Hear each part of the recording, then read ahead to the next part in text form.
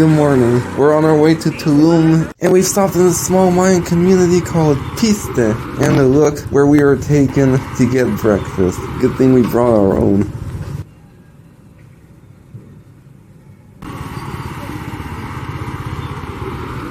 Quiso hacerle red a la lindespec de la hacienda stop a Hopituspec. Yo no estoy tan pocho para que Ushwenek venga a hacerme loch. Si tú estás tan pocho de hacer a alguien loch, abraza tu poch, abraza tu chich. Urushon Kawich no lo quiso hacer y con cara de pep regresó a...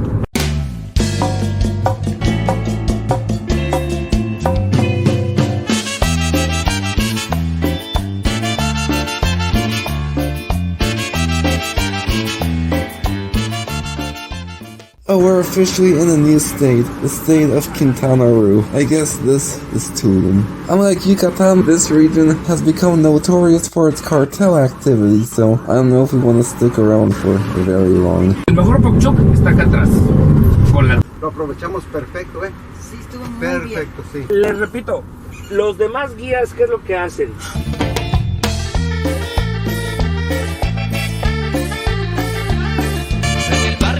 Se pone paisa, que le gustan las pachangas y las chevas, anda siempre en lugares trabajando, con su nave toda marcha en buena onda. Este paisa sí que pone buen ambiente, cuando hijo que no baile diferente, este paisa siempre deja a toda gente.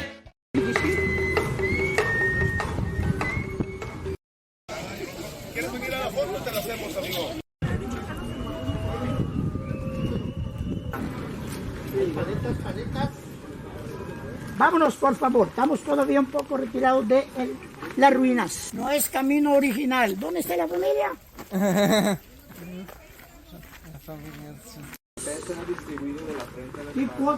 Mucho cuidado.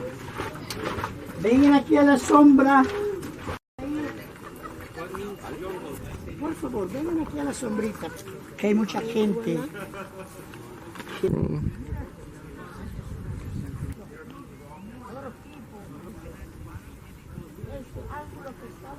Oh, we're exploring the ancient Mayan city of Tulum. Established in the 13th century under the name Zama, the city was inhabited up until the end of the 16th century. One of the only Mayan cities that was still inhabited by Mayans when the Spanish actually finally arrived in Mexico.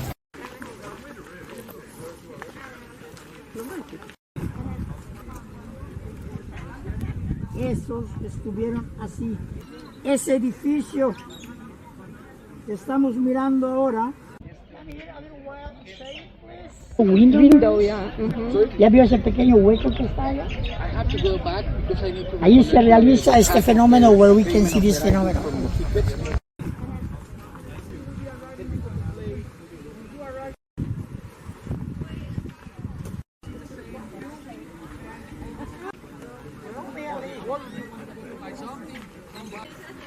Was like this.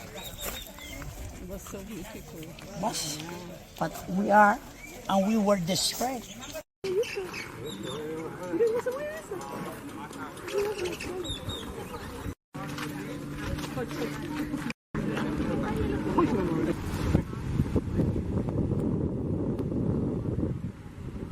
Tulum was the only major Mayan city to be built on the coast. It was here on the Caribbean Sea where the Spanish first made landfall and first encountered the Mayan people.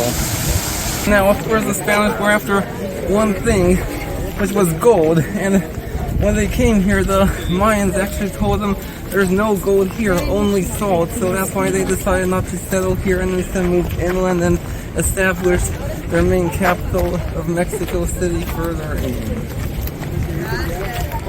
Now what's unique about Tulum is that much of the city was established in the 15th century, long after much of the Mayan Empire further west and further south have already collapsed.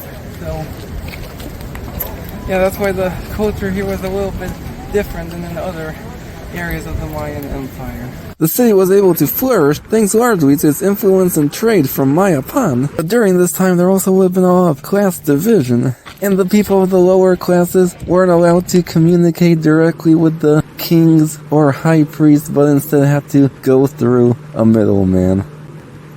That was one of the few cities that, unlike the other cities we visited, it's one of the few cities that served as both a religious site as well as a fortress.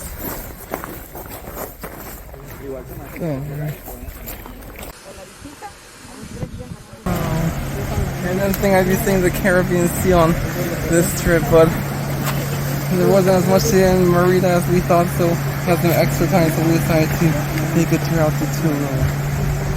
That's totally incredible.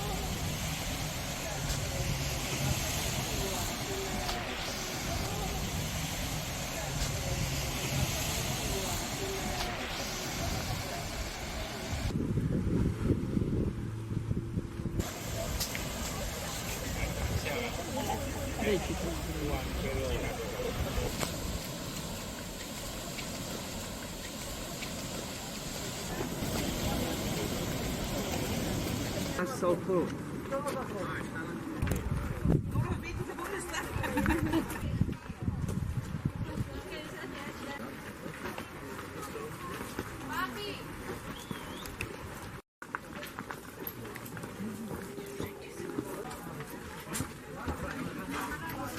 No. Yeah, something smells. Yeah, this was actually the original exit to the city.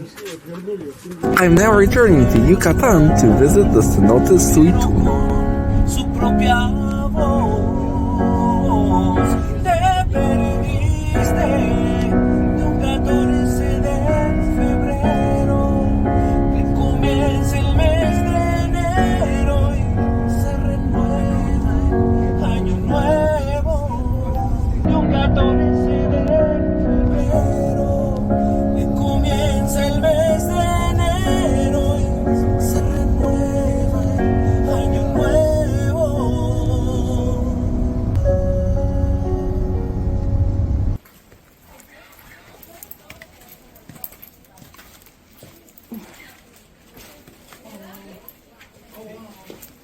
The entire Yucatan Peninsula actually sits atop a massive karstic aquifer.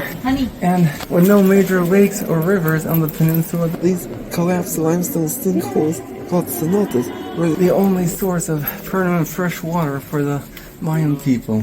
These cenotes were not only a laboratory, but also their spiritual blood. The Mayans believed they also served as a gateway to the underworld and a connection between the spirit world and the terrestrial world. For this reason, they were also places where high priests would conduct ceremonies and bury the dead. Now, when you hear underworld, you might think hell, but in Mayan religion, the underworld was what we in the Western world would call purgatory. And you had to get through all 9 levels of the underworld before reaching their equivalent of heaven.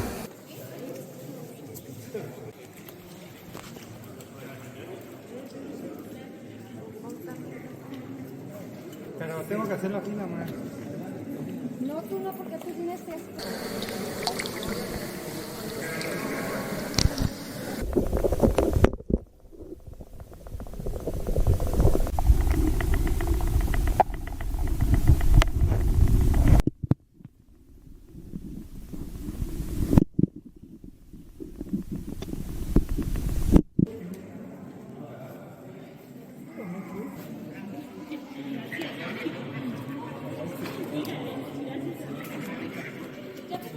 Now, another interesting thing about these cenotes is if you were to map them out, you would notice that they form a perfect arc across the northwestern Yucatan. And this arc actually forms the southern rim of the Chicxulub impact crater, which was formed by the meteor that killed the dinosaurs and resulted in the formation of many of Yucatan's cenotes.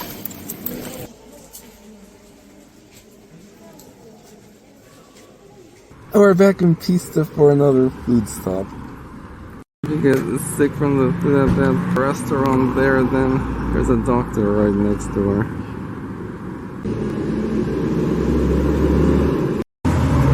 Here's what typical Mayan town looks like.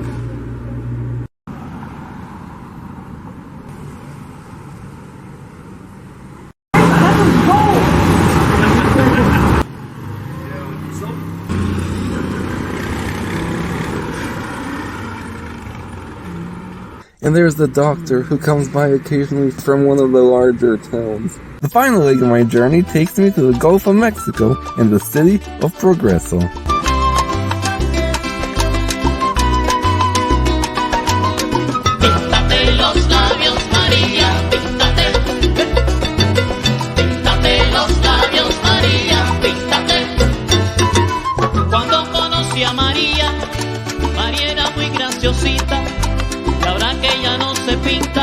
Ya no luce tan bonita María. Píntate los labios, María, píntate.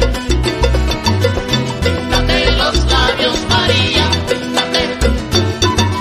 ¿Qué es lo que pasa, María?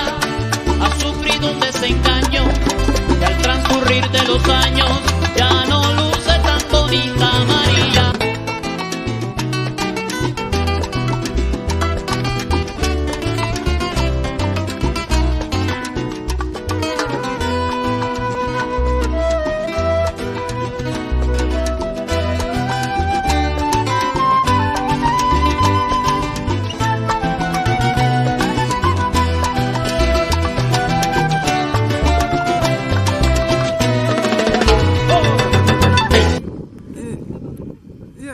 I pójdziemy do muzeum. A to jest jakiś turysta. As amazing as the past week has been, it's also been really hectic. So I'm going back home tomorrow, but on my last day I wanted to relax a little bit, and yesterday I was a bit disappointed with the Caribbean side because all the best beaches have been privatized by hotels or are either protected by national parks. So today I've come here to Progreso, which is located on the Gulf of Mexico, and it's the largest coastal port city in Yucatan. And it's a popular destination for weekend day trippers from Merida, as it's the closest beach.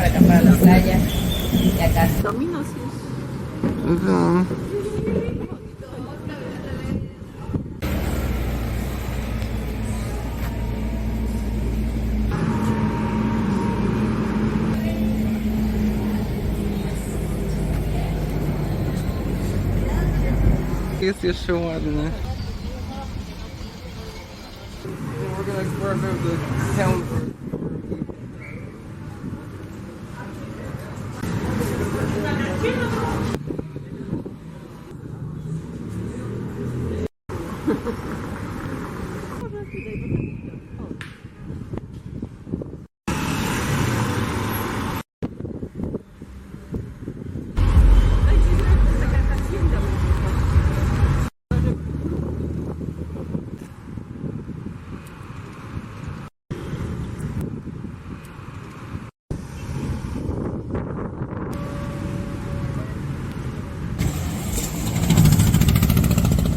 As in any Latin American city, the most beautiful buildings can be found around the main plaza. And behind me is Progreso's town hall. Now, in terms of history, this town doesn't really have much of an old town. It's sort of always just been a fishing and port village, and only in the past recent years it sort of began to grow, and as it became a popular and newer port of call for cruise ships.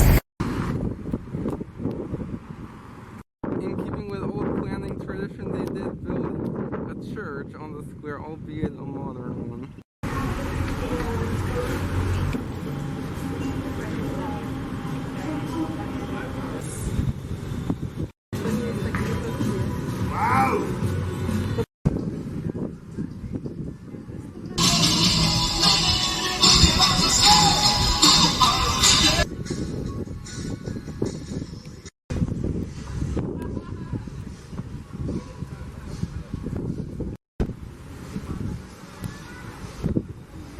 In recent years, Progreso has been emerging as one of Mexico's newest resort destinations.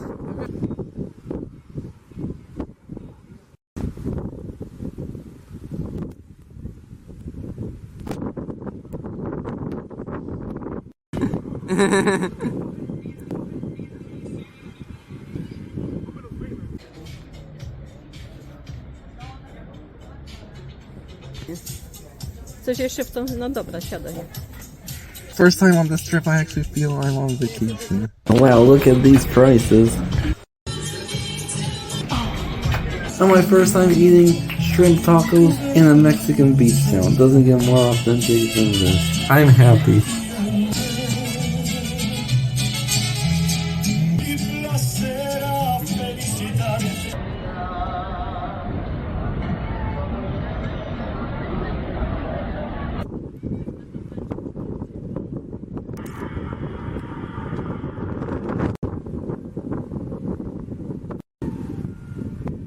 It was here in Progreso over 65 million years ago. The meteor that wiped out the dinosaurs hit. Just a few miles off the coast. This is Progreso's famous beach. You'll hear from locals that this is sort of a bit of a tourist trap. They don't like to come here mainly because the quality of the Gulf of Mexico isn't as good as the quality of the Caribbean. But at least here you have free public beach access.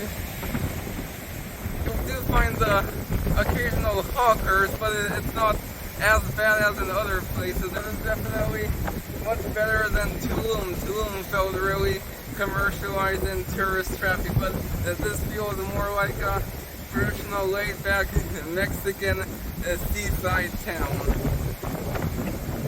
I'm kind of wishing now I'd stayed here instead of in Merida.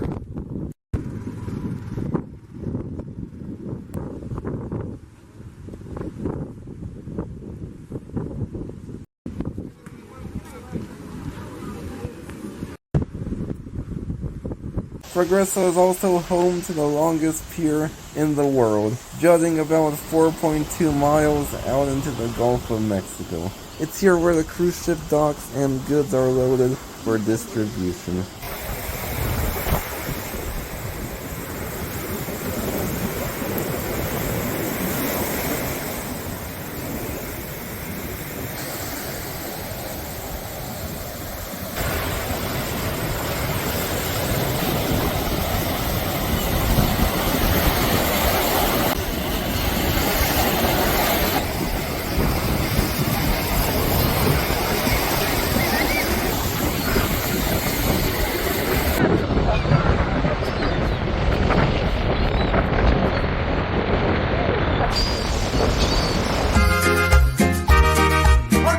The Yucatan has been on my wish list ever since my uncle came here in the late 90s, and I'll admit, the media reports on Mexico are what kept me away for so long. And while a lot has changed since then, the stunning geology and architecture of the Mayan and Spanish empires will remain the same. And if you plan things right, it is still possible to experience the Yucatan of the past. And, you know the saying, better late than never. Me sale del corazón cantarles esta canción. Los timbales van sonando y mi ritmo va ganando.